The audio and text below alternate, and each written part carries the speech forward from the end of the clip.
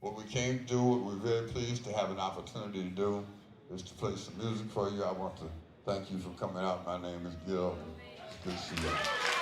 Although Gil's rise to prominence was a slow and gradual road, his messages of political struggle and social consciousness still electrifies fans from all over the world. I'm Brian Pace. On the next Pace Report, Gil Scott-Heron breaks down some of his most powerful and prolific songs and explains his take on today's rap music.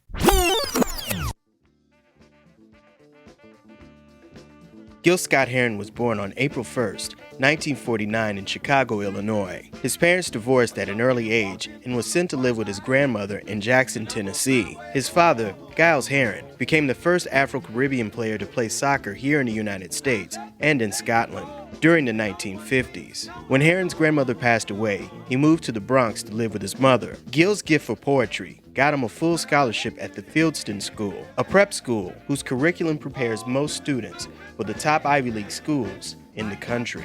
He would later drop out of Lincoln University to pursue his writing and later music career with songwriting partner Brian Jackson. One of their many signature records would be Home Is Where the Hatred Is, covered by the late Esther Phillips. The song paints a vivid and graphic depiction of heroin addiction that was prevalent in the black community during the early 1970s. Phillips was also recovering from her addiction from heroin at the time she recorded Gil's song. But I remember talking to Pee Wee Ellis, that was the guy who did the production, while we were working on Pieces of a Man. And he said, I'm gonna take that song to Lester. So I knew that they were planning to try to get her to do it, Pee Wee and her husband, because she was coming out of Synanon, and she had talked to Creed Taylor and had a contract with that with CCI, and so we knew it was coming. We didn't know how successful it would be, but we went to Bob Thiel as songwriters,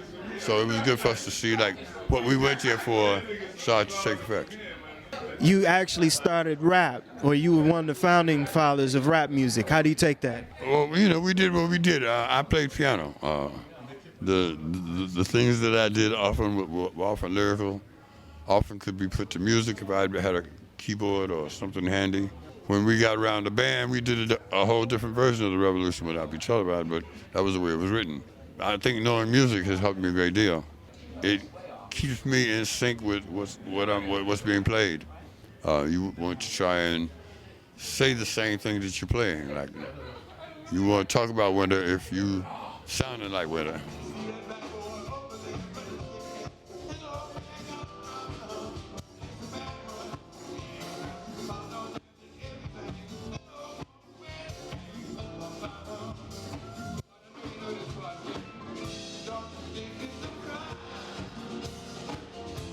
Another classic record that put both Brian and Gil on the map was The Bottle, taken from the landmark Winter in America album. Outside my back window in Washington, there was a liquor store where folks got together every morning and put their change together so they could get off when the man opened the back window. And then pass it from person to person. For freezing weather, so hot you can't hardly stand on the concrete. They'd be out there every morning and right outside my back window, and I saw them, and pretty soon I went over there with them and sat down and hung out. You were also the first recording artist on Clive Davis's Arista Records. We had just done the Winter in America thing. Brian and I produced that. Clive was starting a new company, Arista, and we didn't know he was scouting us when he was scouting us,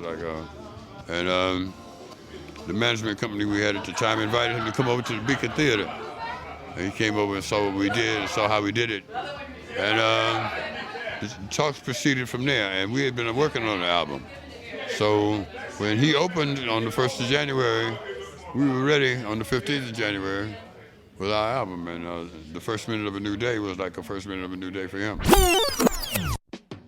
Rap music has been considered the black CNN, as MCs use descriptive words to paint a story verbally to music. Gil Scott-Heron's landmark, "The Revolution Will Not Be Televised," was really a wake-up call to all blacks. Just the effect that it was having on our families and our lives. We knew more about that than we did about our families and our lives. It was a time where we were trying to tell people to get up off your ass and come on out here and try to help people. What do you think about rap music right now, where it's going? It's like jazz and R&B and whatever. I like some, you know. Do you think the message is becoming diluted with bling? And what do you think is happening with rap music right now? Who you listen to, like you would always say that. Depending on who you listen to. I think if you listen to most, you'll hear some truth. If you listen to Public Enemy or Kweli or Alicia Keys, you hear some good music and you hear some good ideas. Like that's what people are supposed to be doing. Gil is currently putting the final touches on his latest book, The Last Holiday, his autobiography of him touring with singer and activist Stevie Wonder, and how Wonder advocated and spearheaded the nation to make Dr. Martin Luther King's birthday a national holiday. He's also on the road, so make sure you go check him out. For the Pace Report, I'm Brian Pace.